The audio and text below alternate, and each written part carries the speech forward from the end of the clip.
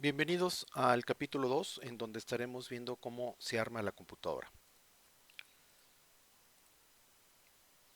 En el capítulo anterior vimos cómo se desarma y los componentes de la máquina, los componentes más importantes de máquinas de escritorio.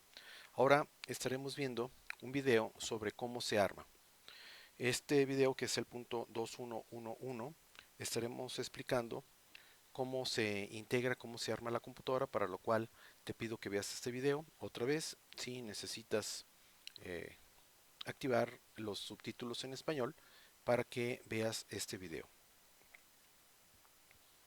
Sobre la cuestión de seguridad en general con respecto a los elementos que debes de tener en un espacio de trabajo definido para tu mantenimiento de computadoras. Posteriormente te pido que veas este otro video que habla sobre la cuestión de la instalación de la fuente de poder en un gabinete. Esta práctica la deberíamos de implementar cuando sea posible y igualmente hay que tomarle una imagen cuando hayas terminado esta actividad, mandarlas por correo, que viene siendo la actividad 2122.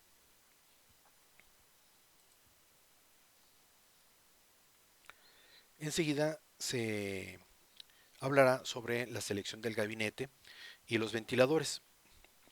El gabinete de la computadora tiene que ver con la orientación hacia lo que la máquina va a hacer.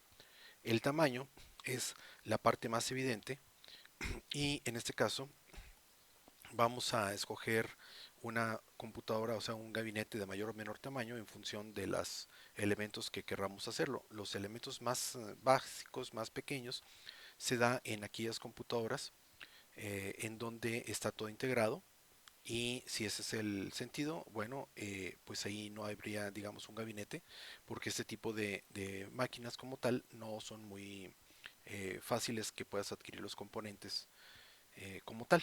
Entonces, lo que sí se puede hacer es sobre computadoras de escritorio en donde vengan el gabinete, ya sea horizontal, o sea, los que se conoce como slim, o verticales, en torre o mini torre.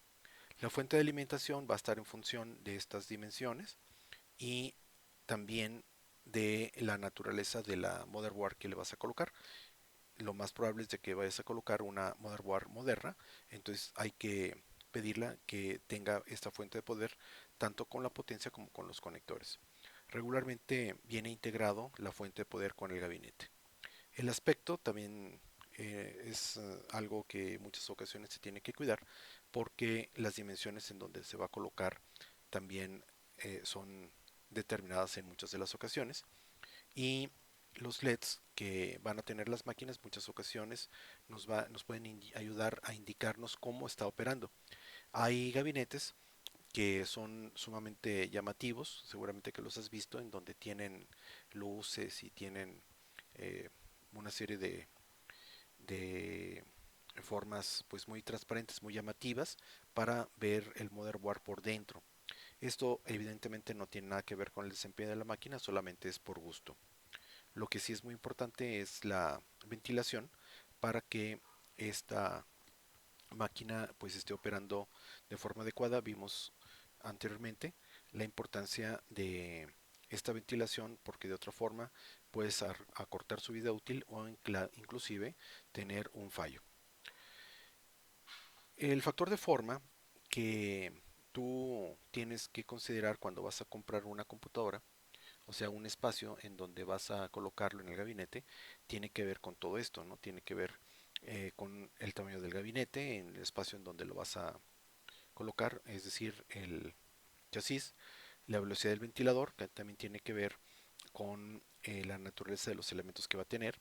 Hay computadoras que tienen muchos ventiladores, hay servidores, por ejemplo, del tamaño de torre, que pueden llegar a tener 6 o 8 ventiladores. Cuando arrancan son a veces muy ruidosos, pero es debido a la cantidad de procesadores que tiene o a los componentes internos. La cantidad de componentes va a depender de la naturaleza a la que vas a orientar la computadora y estos producen más o menos calor. El entorno físico, que ya te había platicado, la cantidad de lugares disponibles es un factor porque si una computadora va a estar definida o destinada para unas o dos funciones así muy particulares, pues no es necesario que tengan muchas ranuras de expansión, va a ser algo muy elemental, máxime que la mayor parte de las computadoras modernas ya tienen interconstruido los componentes. Entonces eso evita que tengas que ponerle o colocarle componentes adicionales. La ubicación de los lugares disponibles para el montaje tiene que ver con el factor de forma y las conexiones eléctricas. Entonces son las condiciones, son situaciones que tienes que tomar en cuenta.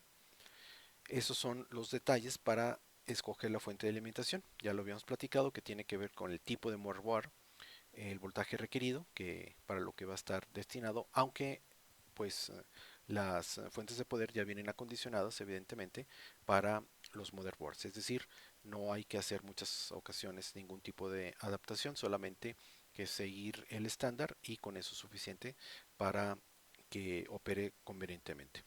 La cantidad de componentes que deben de colocarse, hay que asegurarnos que la fuente de alimentación dé el voltaje suficiente para poder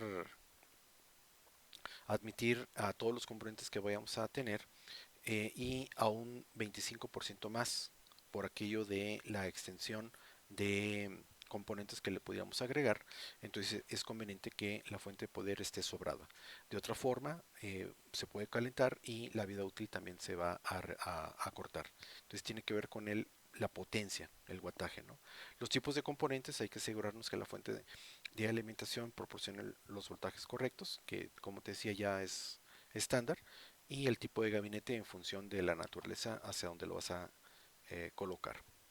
En esta práctica se hace la instalación de la fuente de alimentación, pero como te decía, cuando compras el gabinete ya normalmente viene colocado la fuente de poder dentro del gabinete. En este video ahora te pido que veas la demostración de cómo se instala el CPU.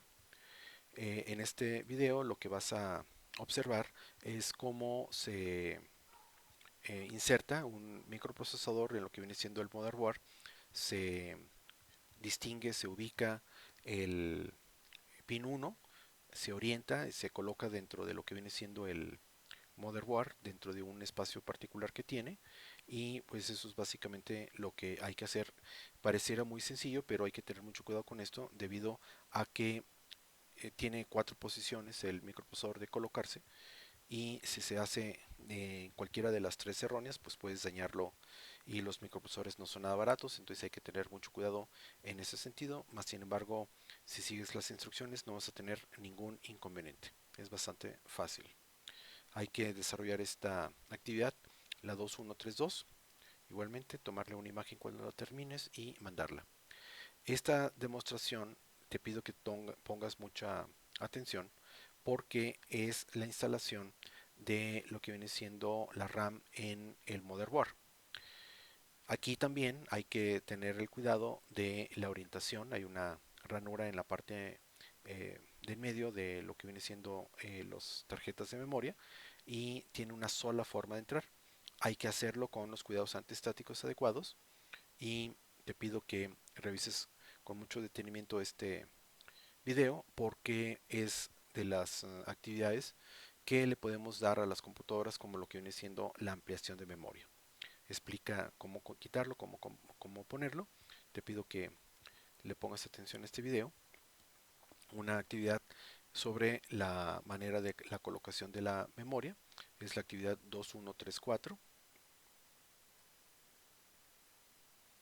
Y en este último video por hoy estaremos viendo la instalación del motherboard. Este proceso consiste en que una vez que se han colocado la memoria y el microprocesador en el motherboard, se procede a la colocación fija en lo que viene siendo el motherboard. Evidentemente todo esto hemos estado hablando de máquinas de escritorio. Hay una actividad también al final de este proceso que viene siendo el punto 2136. Bien, hasta aquí por hoy y mañana estaremos viendo componentes o detalles sobre la placa base. Cualquier duda, estoy a tus órdenes.